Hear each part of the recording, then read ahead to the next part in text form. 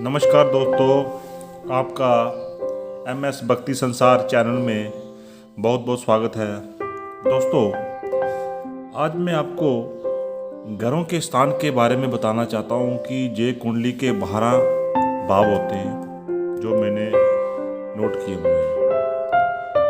हर भाव का अलग अलग महत्व है, तो इसके बारे में आपको जो जानकारी देना चाहता हूँ। कृपया ध्यान से समझिए। अगर जी आपको पूरे घरों के बारे में नॉलेज हुई तो आप कुंडली देखना बहुत आसान हो जाएगा आपके लिए। सबसे पहले हम बात करते हैं लगन, जो मैंने 1 2 3 4 5 6 7 8 9 10 11 12 ये 12 घर होते हैं। पहला घर, जो पहला हाउस है, जो पहला त्रिभुज है, इसको हम पहला घर बोलते हैं। इसको हम लगन भी बोलते हैं। इसको हम लगन बोलते हैं। और दूसरा नंबर ये हमारा होता है सिर। ये हमारा जो पहला त्रिभुज है, इसको हम सिर बोलते हैं। उसमें हम देखते हैं, इसमें बचपन देखते हैं, अपना शरीर होता है, हमारा शारीरिक कैसा रहेगा ये देखते हैं। मस्तिष्क देखते हैं, सुख और दुख देखते हैं, हमारा स्वभाव कैसा रहेगा ये देखते हैं। और ताया जी का विचार किया जाता है पहले घर से, पहले त्रिभुज से। अब चलते हैं दूसरे घर की तरफ। ये होता है हमारा दूसरा घर, जिसमें हम ये देखते हैं, ये हमारा धन भाव है, ये हमारा मुख है, हमारी वाणी है, हमारी आंखें हैं, हमारा गला है। और इसमें हम पड़ोसी का विचार भी इसी घर से करते हैं। तीसरा नंबर, जो तीसरा त्रिभुज होता है, ये हमारा थर्ड हाउस है, तीसरा घर है। इसमें हम देखते हैं सहज, अपना प्रक्रम, अपना उद्यम और अपने भाई देखते हैं, अपना कंधा शोल्डर देखते हैं। और लंबी यात्राएं जो हैं वो इसी घर से विचार की जाती है। और चौथा त्रिभुज है, जो चौथा घर बोलते हैं, फोर्थ हाउस, इससे हम सुख देखते हैं, सुख का भाव देखते हैं। सुख का भाव हमारे जीवन में कितना होगा, माता का सुख देते हैं, माता का सुख कितना होगा हमारे जीवन में, हमारे पर भूमि और वाहन होंगे कि नहीं होंगे, इसी घर से हम देखते हैं। हमारे पर गृहस्थी सुख कैसा होगा, जीवन कैसा रहेगा, मकान अपना होगा कि नहीं होगा, हमारा दिल हृदय जो हम इस घर से विचार करते हैं। और पांचवा नंबर संतान का भाव होता है, जो पांचवा त्रिभुज है, इसे हम पांचवा घर कहते हैं, फिफ्थ हाउस कहते हैं। इससे हम संतान भाव देखते हैं, हमारे संतान कितनी होगी, हमारी पेट की कंडीशन क्या रहेगी, हमारी विद्या हम कहाँ तक पढ़ेंगे, कैसे पढ़ेंगे, कौन सी फील्ड में जाएंगे, इसे हम विचार करते हैं। हमारा बुढ़ापा कैसे होगा। और जो लैटरी सट्टा लगाते हैं, इसी घर से देखा जाता है। और स्मरण शक्ति हमारी कैसी होगी, और पुत्र सुख मिलेगा कि नहीं मिलेगा, इसी घर से हम विचार करते हैं।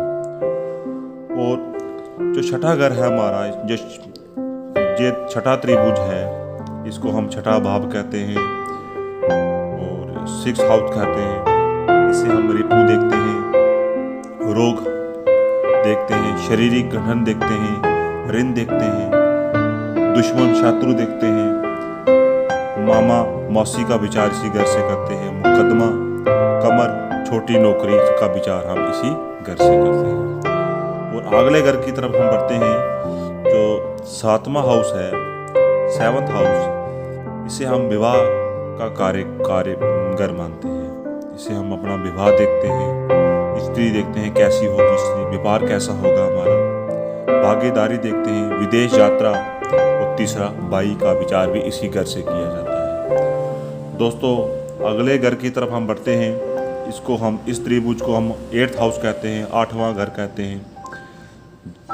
इससे हम आजू देखते हैं, गुप्त धन की देखते हैं, मृत्यु का घर माना गया है, इस घर को दुख का घर माना गया है।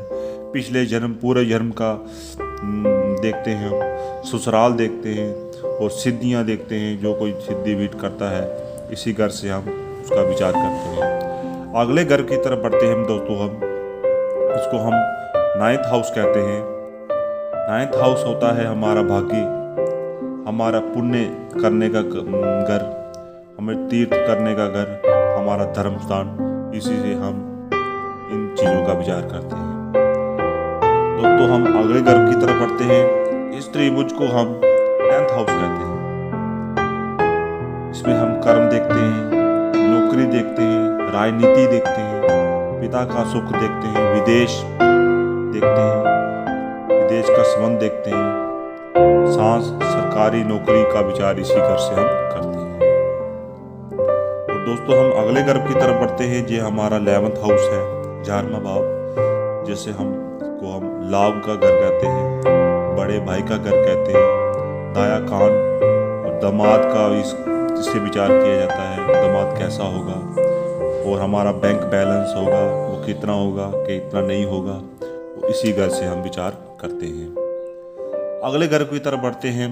इसको कहते हैं हम, इस त्रिभुज को कहते हैं 12th हाउस, 12वां घर। ये व्यय का घर है, हानि का घर है, खर्चे का घर है, चाचा चाची का विचार करते हैं, सोना जो हम नींद लेते हैं वो इसी घर से देखा जाता है। दोस्तों आपको इन घरों का नॉलेज पूरी होनी चाहिए। अगर इन घरों की आपको पूरी नॉलेज होगी, फिर आगे आगे धीरे धीरे आपको ये पता चलेगा कि इन घर में ये होगा तो ऐसा संबंध होगा, अगर इस घर में ये होगा तो ऐसा संबंध होगा। इसके बारे में जानकारी लेने से पहले आपको इन भावों की जानकारी बहुत अच्छी तरह होनी चाहिए। इसी प्रकार मैं अपनी वाणी को जहाँ विराम देता हूँ। MS भक्ति संसार चैनल में आपका बहुत बहुत धन्यवाद। इस चैनल को लाइक करें, सब्सक्राइब करें और शेयर करें।